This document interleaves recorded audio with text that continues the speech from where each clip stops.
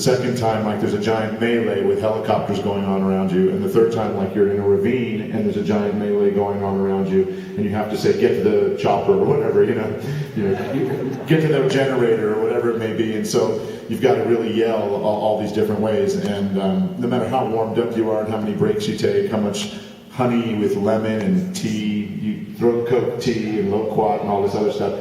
If you're doing that for 4 hours, you're going to walk away going, all right, guys, that was a good session. See you in about a week when my voice comes back, So that's what I would say about the gravelly stuff. I would also say when you do your audition, never use a voice in your audition that you couldn't sustain for a series. So you have to play around and find where you're comfortable and you're able to sustain that throughout a series. Yeah. And then you want to, your role that you want to play? You want to go down the line there? If they ever did like an anime version of Frank Herbert's Dune, I would be anything in that. Like I wouldn't even care. I could be like third starter car from the right. I wouldn't even care. Just like let me voice the sandworm for an hour and a half. I don't care. Like I would happily do that. Most times it's not even working. We do like, what's your dream role? Like my dream role is to be this schmuck who like pays his bills consistently doing this year in and year out. And somehow I've been able to do that, knock on wood, the last game any. I mean, that's, not to sound glib, but that's kind of the dream role right there. I feel like I already got my dream role. I got to be the chocobo. The director, so it's weird. So in the Austin, Texas area, back in the day.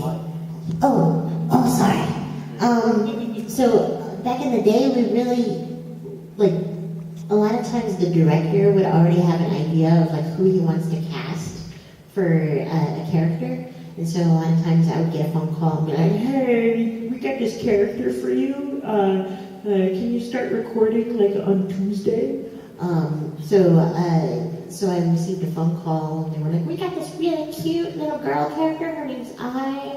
She's going to be in every episode. She's a lady. You'll love her.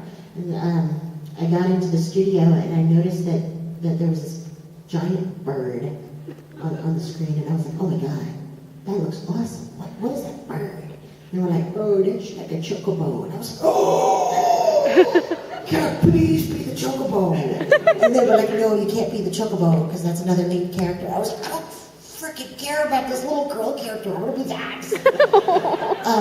So they literally, I nagged and nagged and nagged because I was the only one in the office that knew anything about Final Fantasy. And I was geeking out about all things Final Fantasy, and they were all staring at me like, she's nuts.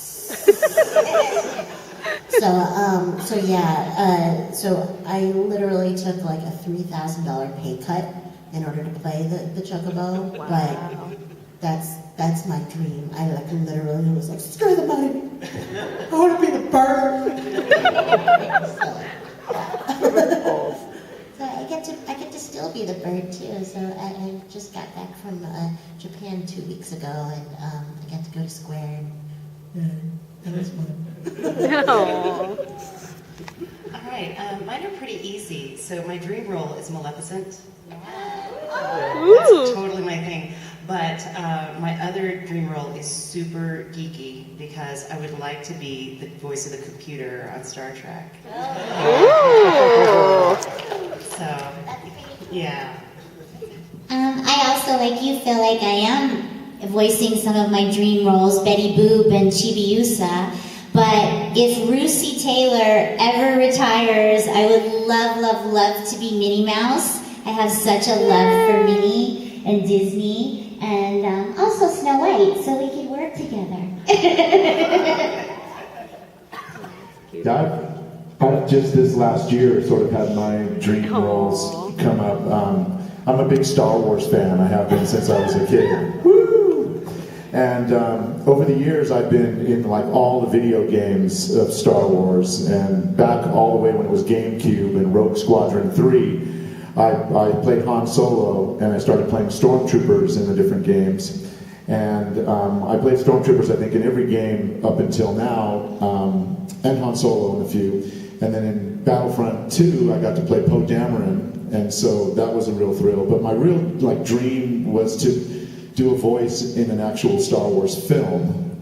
And so this last year, I got to be in 3 of them. I got to be in Rogue One, The Last Jedi, and the Solo movie as Stormtrooper voices.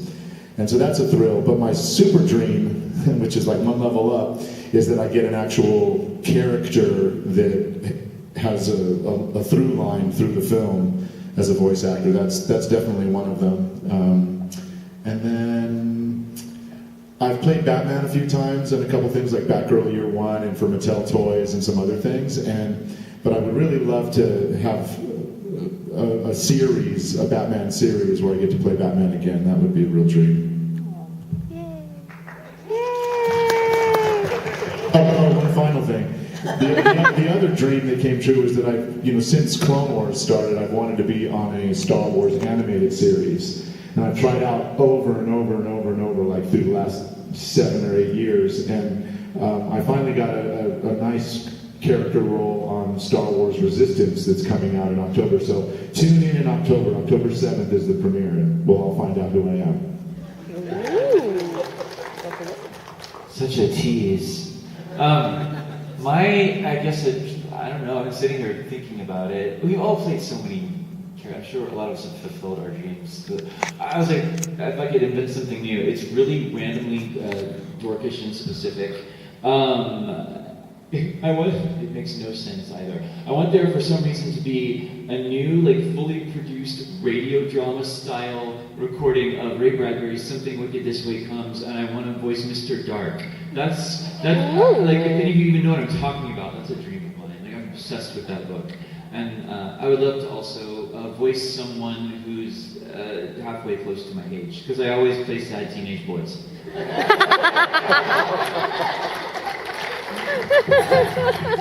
Thank you for the question. That's what anime. Yeah. Is that for short people? Let's see here. What is the role that you've had the most fun doing? Like, you just couldn't wait to get into the booth and do this role outside of the Chocobo. I mean, you already went on. That's pretty easy for me. If any of you are acquainted with a little dub of a show called Ghost Stories, that's honestly probably, we all love working and paying our bills and we get paid to do a fun thing, but that was some of the most fun I've ever had in a booth, definitely. For me, I think it was on a bunch of video games. I played Dr. Neo Cortex for Crash Bandicoot. And that character is so much fun to go in and record, because not only do we read the lines as they're written, but the director says, just improvise as much as you want, and we get to just have a blast, and we have so much laughs. It's so great. Mine is a very obscure anime, and I don't know if any of you have heard of it. It's out of print. It's called Risky Safety, and I played Risky, and Michelle Ruff played Safety, but I had so much fun with that character, and her tagline was, Yoroshiku, baby! Mine had to be a toss-up between Miss Katz and Shin-Chan because of all the improv work with that show, but also China in Hitalia because it was just so wrong. I was in a show called Cosplay Complex, which is kind of an action show. Lots of fan service. But my director knows that I'll record anything.